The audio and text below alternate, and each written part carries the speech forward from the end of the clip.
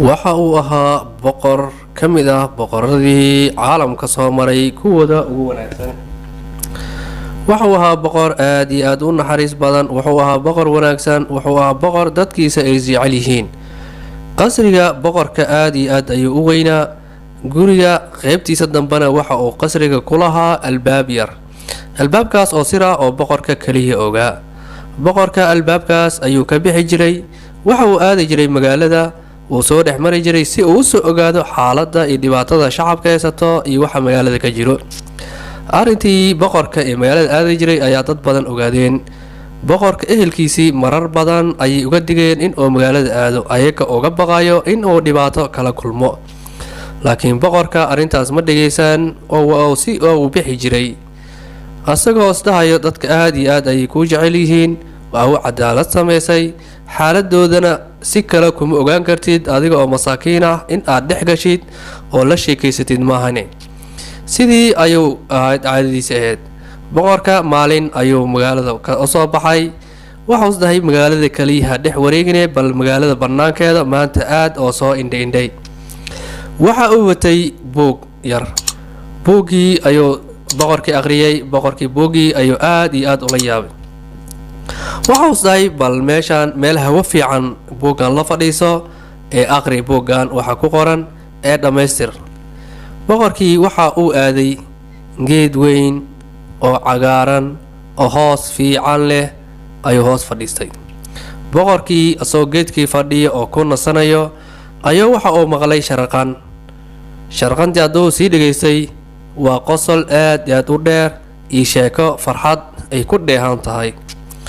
waxa uu fiirshay dadka soo qoslaya oo sheekaysanayo. waxay ahaayeen laba nin. labada nin waxa ay wadaan ay xambaarsan yihiin xaabo ama qoryo ay magaalada u wadaan in ay ka gadaan rabaan. dharkooda waxaa ka muuqda rafaad aad iyo aad u badan iyo go-go, jirkoodana dhibaato badan ayaa ka muuqato.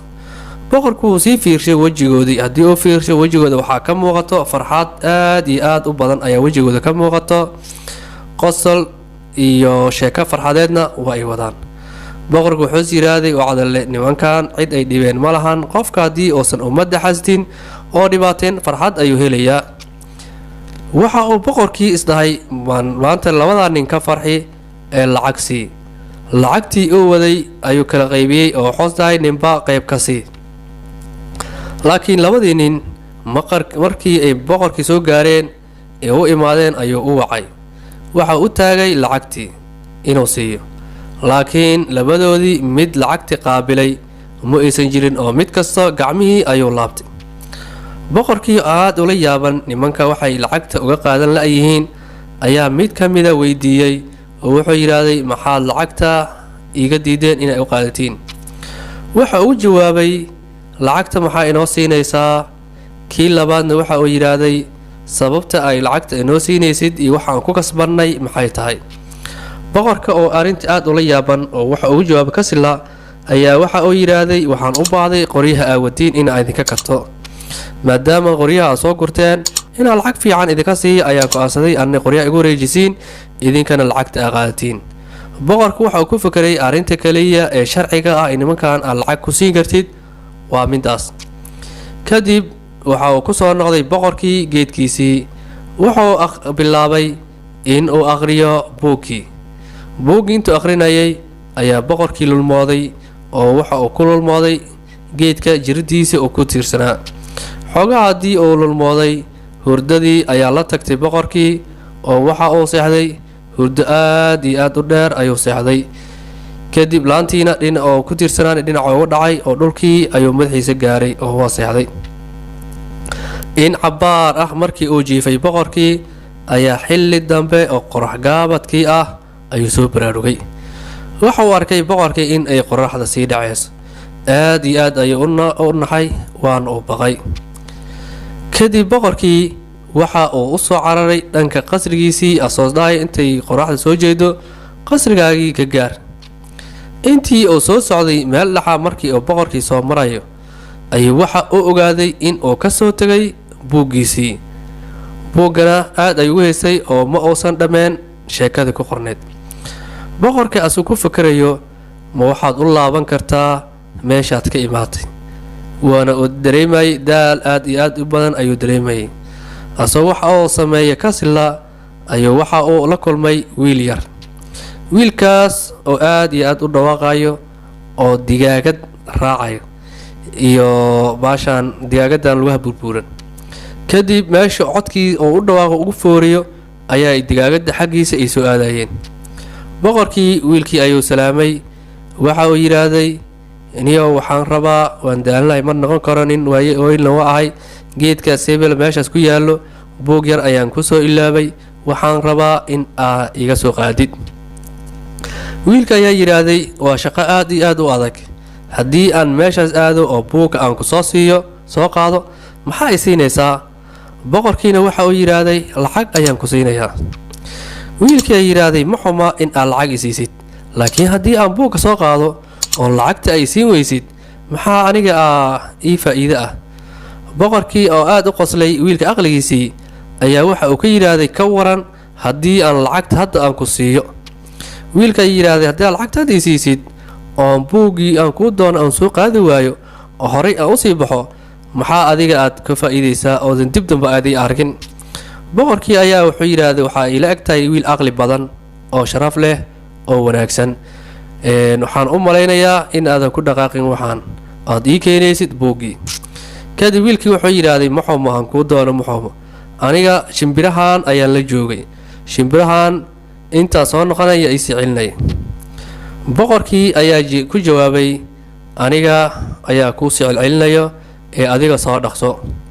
wiilkii oo boqorka sii fiirinaya ayaa yiraahday dhib ma lahan, laakiin waa ay dhib badan yihiin boqorow ee bahalaha iska ilaali oo saan u foorin kartaa, inta badan waxa ay jecel yihiin fooridaani. boqorkiina waa uu yiraahday maya aniga fooridaas ma aqaani mana keeni karo. wiilka wuxuu yiraahday waa yahay bal si ilaali oo si celceli, aniga ayaa u soo dhaqsan doonay. boqorkii waxaa looga tegay shimbirihii, wiilkiina waxa uu doonay buugaagtii. shimbiraha wiilka codkiisii ayay yaqaaneen oo meeshu aado ayay aadayeen. digaagadihii waa shimbiro caadi maan ku digaagadihii. boqorkii maantii oo dhan celcelintoodii ayuu ku rafaaday, waxa uuna diidanaa in oo ballantii wiilka oo ka galay oo inuu ku siisimo oo ka baxo ayuu ku rafaaday bahalii celcelintiisii.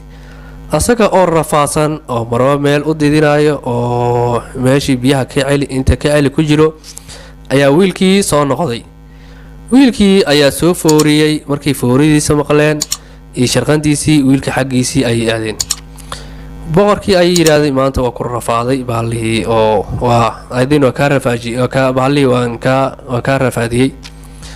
wiilkii wuxuu yidhahday waa dareemayaa bahalahan aniga unbay i yaqaanaan, codkayga ayna i yaqaanaan, waana rabaayada ay yihiin, qof aniga ahayn oo xanaaneyn karo ma lahan. boqorkii ayaa wiilkii la yaabay, waxa uu ka yidhaahday nin yahow haddii aad aniga raacdid ood ii shaqaysid oo bishiiba 5 jab oo dahab ah aan ku siiyo ka waran. wiilkii arintii ayuu aad ugu qoslay oo wuxuu yiraahday qosolkan inaan ku jeesay ma ahan anigu waan jeclaan lahaa, laakiin anigu waxa ii joogo dhahay laba waaridkay ayaa ii joogo, cid ay sugayaan oo Allah iyo aniga ahaynna ma jiraan, sidaas ayaysan macquul u ahayn in aan ku raaco oo ku shaqeeyo. boqorkii ayaa u jawaabay ma xumo haddii ka waran aniga aan 5 jab ee dahabkii aan kuu sheegay aan ku siiyo oo ii shaqaysid, waaridkaana ayna raacaan aana kafaalo qaado. wiilkii ayaa yiraahday alla niyo adiga maxaa tahay nin aad iyo aad u wanaagsan oo raxmad badan, weli kuma maqal oo dhahay naxmadan iyo naxariistan karaamadan ilaa ay hal qof maahane, halkaas qof oo sheekadiisu magaalada dhan ay gashay, ninkaasoo nin raxmad badan naxariis badan ah, ninkaas oo ah boqorka Maximilian maahane, qof kale oo wanaagaas aan ku maqlay ma jiro. boqorkii ayaa arinta markuu maqlay waxa uu yiraahday waa runta anigu waxaan ahay boqorka Maximilian ayaan ahay, waxa laga yaabaa waxa maanta meeshan u imaaday in ay taa Ilaahay ii soo saaray in ay idinka faraj idin noqdo oo dhibaatada iyo kurbada idin hayso aan idinka feedo. kadibna wiilkii waa uu yeelay inuu boqorka la shaqeeyo oo raaco. wiilkii waaridkiisii iyo wiilkiiba waa uu kaxeeyey, qasrigiisii ayuu dhinac ka dejiyey. kadibna wiilkii waxa uu shaqayn jiray boqorkii. wiilkii nolol fiican ayuu meeshii ka helay. boqorkina wiilka khidmadiisa aad iyo aad ayuu ugu raaxaysan jiray oo wuxuu ahaa wiil xoog furan, aamin ah, daacad ah. labadoodiiba sidii ayay isugu nasteen.